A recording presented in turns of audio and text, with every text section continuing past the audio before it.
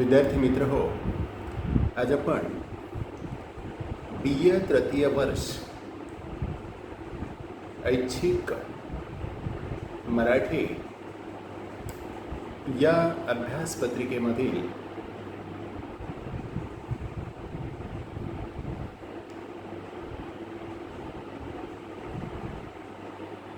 स्वरनिर्मिती प्रक्रिया म्हणजे काय याविषयी विवेचन करणार आहोत. मित्रहो, आपल्याला माहीत असेल की स्वरांची निर्मिती ही मानवी मुखावाटे म्हणजेच मानवी वागेंद्रियाद्वारे होत असते. तोंडातील विविध अवयवांच्या सहाय्याने फुफ्फुसातून कंठाद्वारे निघालेली हवा तोंडाच्या पोकळीमध्ये विविध ठिकाणी अडवून विविध स्वरांची निर्मिती होत असते. हे आपण मागच्या तासामध्ये बघितलं. अगदी स्वर आणि स्वन म्हणजे काय याचा देखील आपण या ठिकाणी विचार केला. त्यामुळे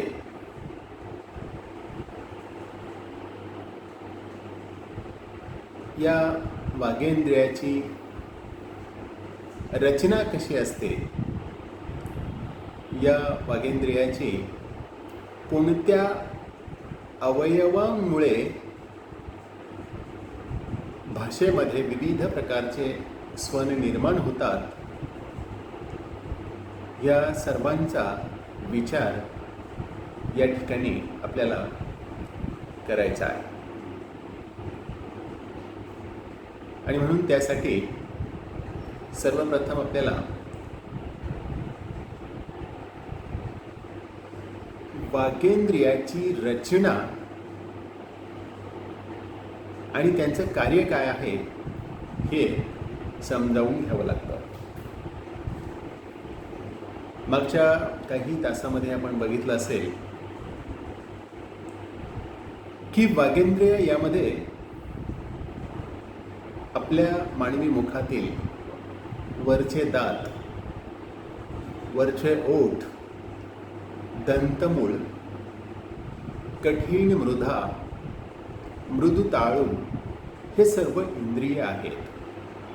त्याचबरोबर पडझीप किंवा अलिजिव्हा यासुद्धा निर्मिती करणारे हे इंद्रिय आहेत. आणि त्यामुळे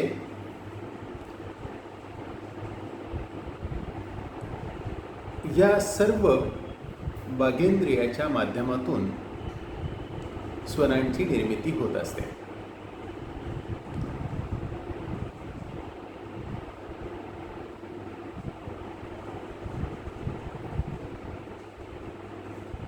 यामध्ये महत्त्वाचा जो अवयव आहे तो म्हणजे स्वरतंत्री.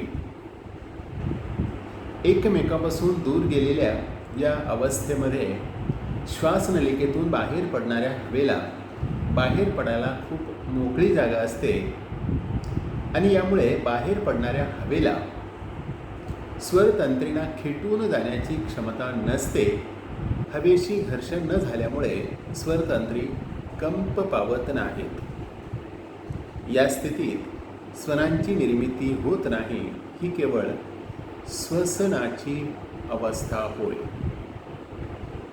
आता ही कोणती अवस्था आहे तर स्वरतंत्री एकमेकांपासून दूर आणि पोकळी पूर्ण मोकळी श्वसन व्यवस्था, अशा पद्धतीच्या या अवस्थेमध्ये कोणताही कंपही पावत नाही आणि म्हणून ही फक्त श्वसनाची अवस्था आहे असं आपल्याला म्हणता येईल. दुसऱ्या अवस्थेमध्ये स्वरतंत्री एकमेकींना पूर्णपणे चिकटलेल्या असतात. हवेला कंठद्वारामधून बाहेर पडायला जागा नसते. या स्थितीला कंठद्वरीय अवरोध स्थिती असे म्हणतात. या अवरोध अवस्थेत कंठद्वारीय स्पर्श हा स्वन वगळता अन्य स्वरांची निर्मिती होत नाही. या दोन अवस्थांमध्ये स्वरतंत्रीच्या काही अन्य हालचाली होतात आणि स्वर निर्मितीच्या दृष्टीने त्या महत्त्वाच्या असतात. तिसरी अवस्था वागेंद्रियाची या ठिकाणी अशी दाखवलेली आहे की या अवस्थेमध्ये स्वरतंत्री ह्या एकमेकांच्या जवळ येतात. स्वरतंत्री ह्या एकमेकांच्या जवळ येतात. हवेला बाहेर पडण्यासाठी निरुंद मार्ग शिल्लक राहतो. साहजिकच हवा स्वरतंत्रींना घासून जाते. या घर्षणामुळे स्वरतंत्री कंप पावतात आणि या अवस्थेत जे स्वर निर्माण होतात त्यांना घोषस्वन असे म्हणतात. या घोषस्वनांमध्ये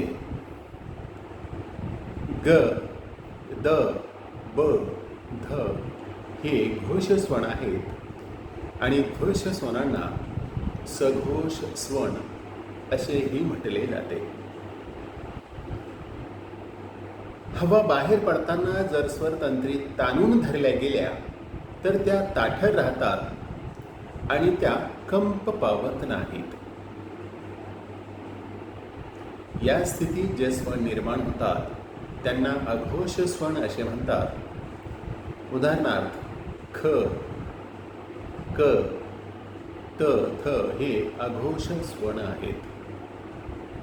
आणि चौथी अवस्था आहे, या अवस्थेमध्ये स्वरतंत्रीचा 3/4 भाग एकमेकींच्या जवळ आलेला असतो व स्वरतंत्री ताठर असतात. कुजबुजीचा आवाज निर्माण होतो तेव्हा स्वरतंत्रीची ही स्थिती असते.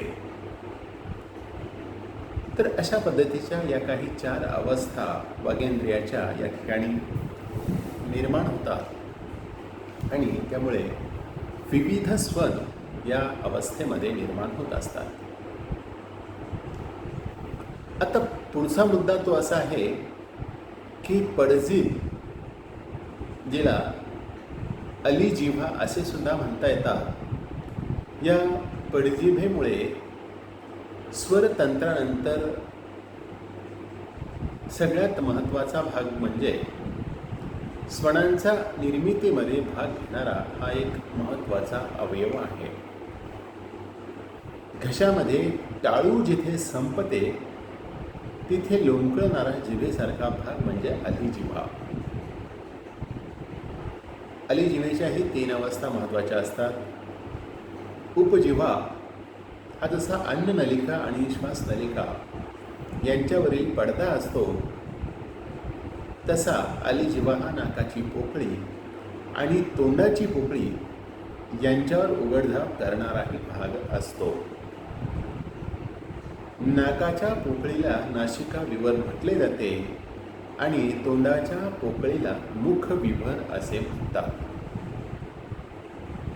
पहिल्या अवस्थेत अलीजिव्हा घशात ढिली लोंबकळत असते. अलीजिव्हेने मुखविवर बंद केलेले असते. फुफ्फुसातून बाहेर येणारी हवा नासिका विवरातून सरळ बाहेर पडते. ही अलीजिव्हेची स्वाभाविक अवस्था आहे. तर दुसऱ्याचे बोलणे ऐकत असताना किंवा ते समजले असे दाखविण्यासाठी आणखी ह्या किंवा हू असा आवाज काढतो, तो या अवस्थेमध्ये निर्माण होतो. भाषेतील अनुनासिकांचा उच्चारसुद्धा याच अवस्थेमध्ये होतो. तर दुसऱ्या अवस्थेमध्ये अलीजिव्हा वरच्या दिशेने ताठ उभी असते. तिथे नासिका विवर बंद केलेले असते. फुफ्फुसातून बाहेर पडणारी हवा तोंडावाटे बाहेर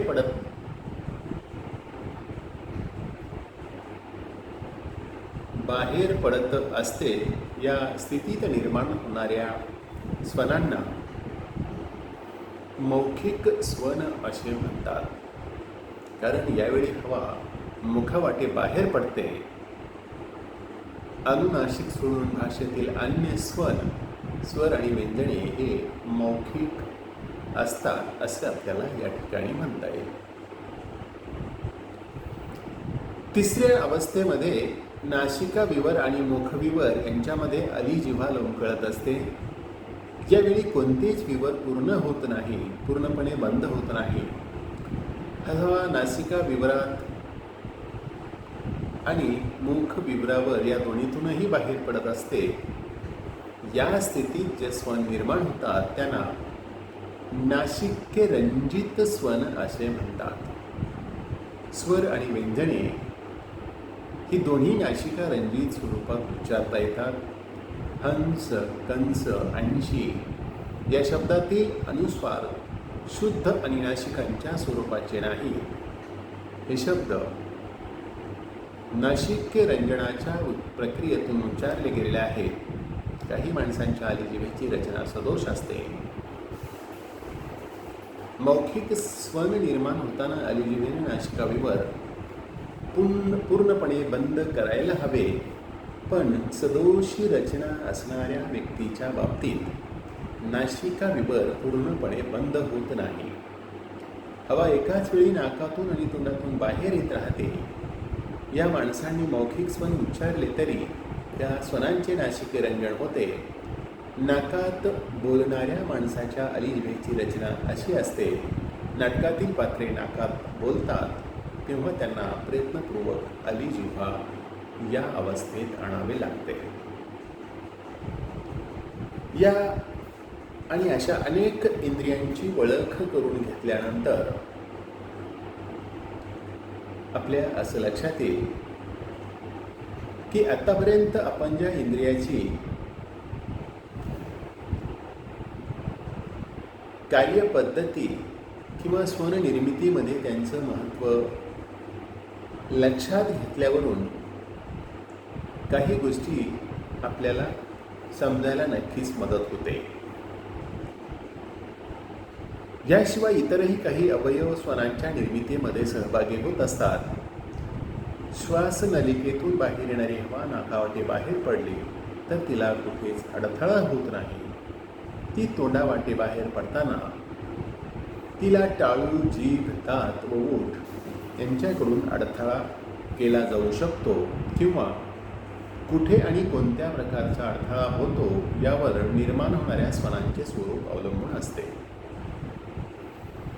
दंतमूळ, अग्र टाळू, कठीण टाळू आणि मृदू टाळू असे टाळूचे 4 भाग असतात.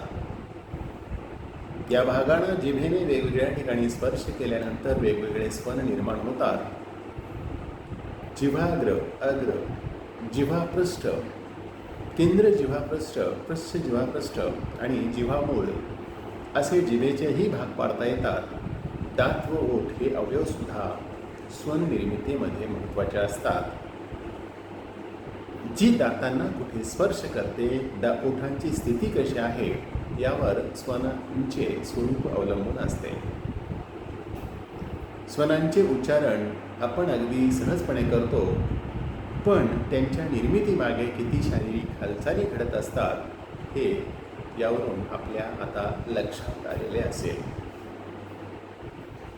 वागेंद्रियातील अवयवांचे प्रमुख नैसर्गिक कार्य वेगळेच असते. उदाहरणार्थ फुफ्फुसाचे कार्य प्रमुख श्वास घेणे हे असते, तर दातांचे चावणे अशा माणसाच्या या मुख इंद्रियाच्या विविध अवस्था असतात आणि या वागेंद्रियाच्या रचनांमुळे आणि वागेंद्रियातील जे काही स्वरतंत्री आहेत या स्वरतंत्रीच्या साहाय्याने भाषेमध्ये कशा पद्धतीने वेगवेगळ्या प्रकारचे स्वन निर्माण होतात हे या स्वननिर्मिती प्रक्रियेच्या प्रकरणावरून आपल्या लक्षात येईल. आणि म्हणून भाषा विज्ञान समजून घ्यायचं असेल तर त्यासाठी ज्या मानवी मुखावाटे ध्वनी निर्माण होतात आणि जे भाषेमध्ये वापरले जातात असे ध्वनी कसे आणि कोणत्या पद्धतीने तयार होतात त्याचा अभ्यास करणारी ही विद्याशाखा आहे. आणि म्हणून भाषेचा अभ्यास करताना वागेंद्रियाची रचना देखील समजून घेणे महत्त्वाचे ठरते.